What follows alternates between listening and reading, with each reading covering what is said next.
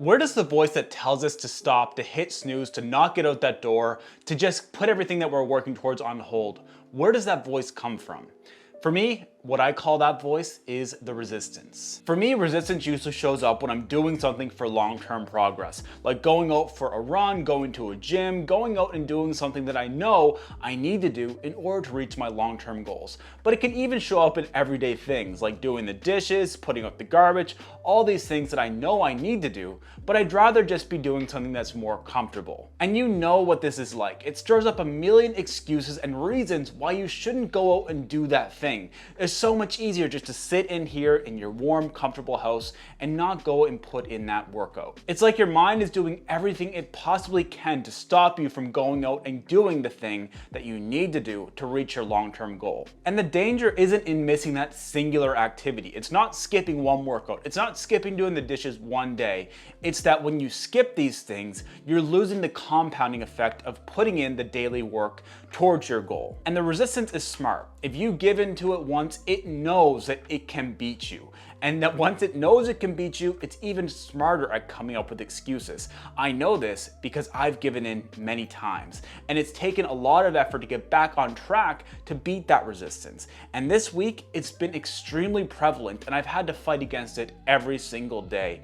Even when my body was feeling fine, my mind was fighting against me. And it takes a lot of self-awareness to know whether the resistance is simply trying to keep you in place and doing it for its own benefit, or if you're really struggling and do need an actual break, which can definitely happen. Sometimes our bodies are breaking down too fast, maybe we're overreaching, and we do need to pull things back just a tad. But it takes that self-awareness to understand that, is it you that's making this conscious choice, or is it the resistance that's influencing your choice and keeping you in that comfort zone? For me this week, my body didn't need a rest. It was the resistance trying to keep me in that comfort zone. And it took everything in me to fight against it, to get out that door and put one foot in front of the other. And generally when I get out that door and beat the resistance initially, it gets a bit easier to get going. But unfortunately, some days this week, I got out the door and the resistance kept fighting me for my entire workout.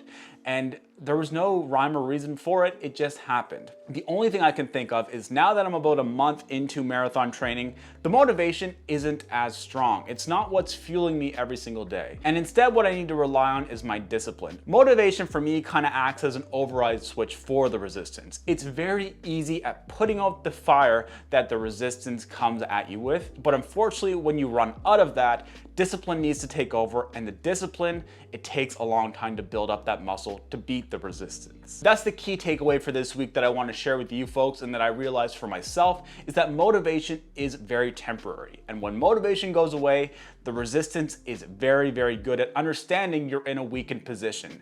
You need the discipline to fight against that resistance and make it realize that you are in control of your destiny.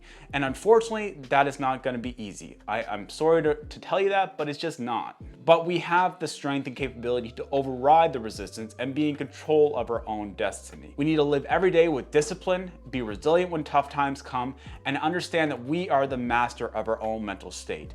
And what that means is the resistance, it's going to influence us a bit, but we can fight it. And even though the resistance was trying to fight against me all week, I did complete all of my workouts.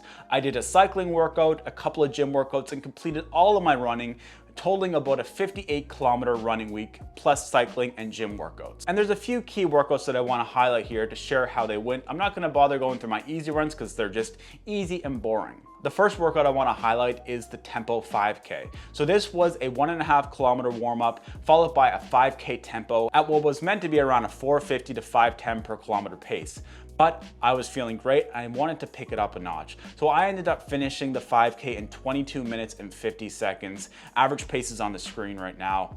That felt really good. I was definitely working towards the end of it, but I do feel I had a bit left in the tank. So maybe after this marathon training block, we'll go for that sub 5K goal. The next workout I want to highlight is hill repeats. Now the hill repeats I really honestly enjoy.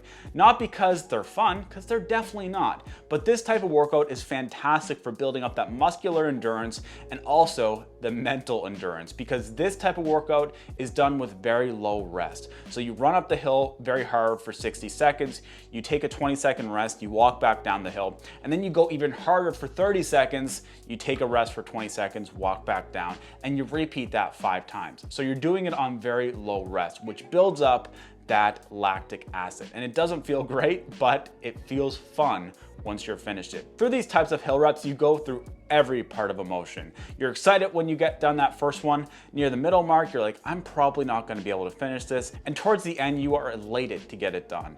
This type of workout, fantastic. The next workout I wanna highlight is the 19-kilometer hilly progressive long run. So that in and of itself sounds hard. You need to run faster towards the end of the workout through 19 kilometers while also incorporating a bunch of hills. Yeah, not the easiest sounding workout, but it was a lot of fun, to be honest. I finished the workout averaging 5 minutes and 33 seconds per kilometer with an average heart rate of 143 beats per minute and gaining roughly 170 meters of elevation.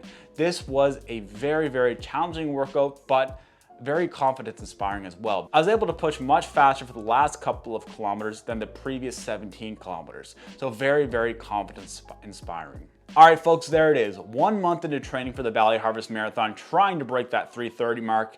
And I think we are in a good position. We're starting off on a good foundation, and I'm extremely excited to see how things progress moving forward. If you want to hear more about the journey, make sure you subscribe to the channel, hit the like button on this video if you don't mind. It helps out the channel a ton, and I will see you on the next one.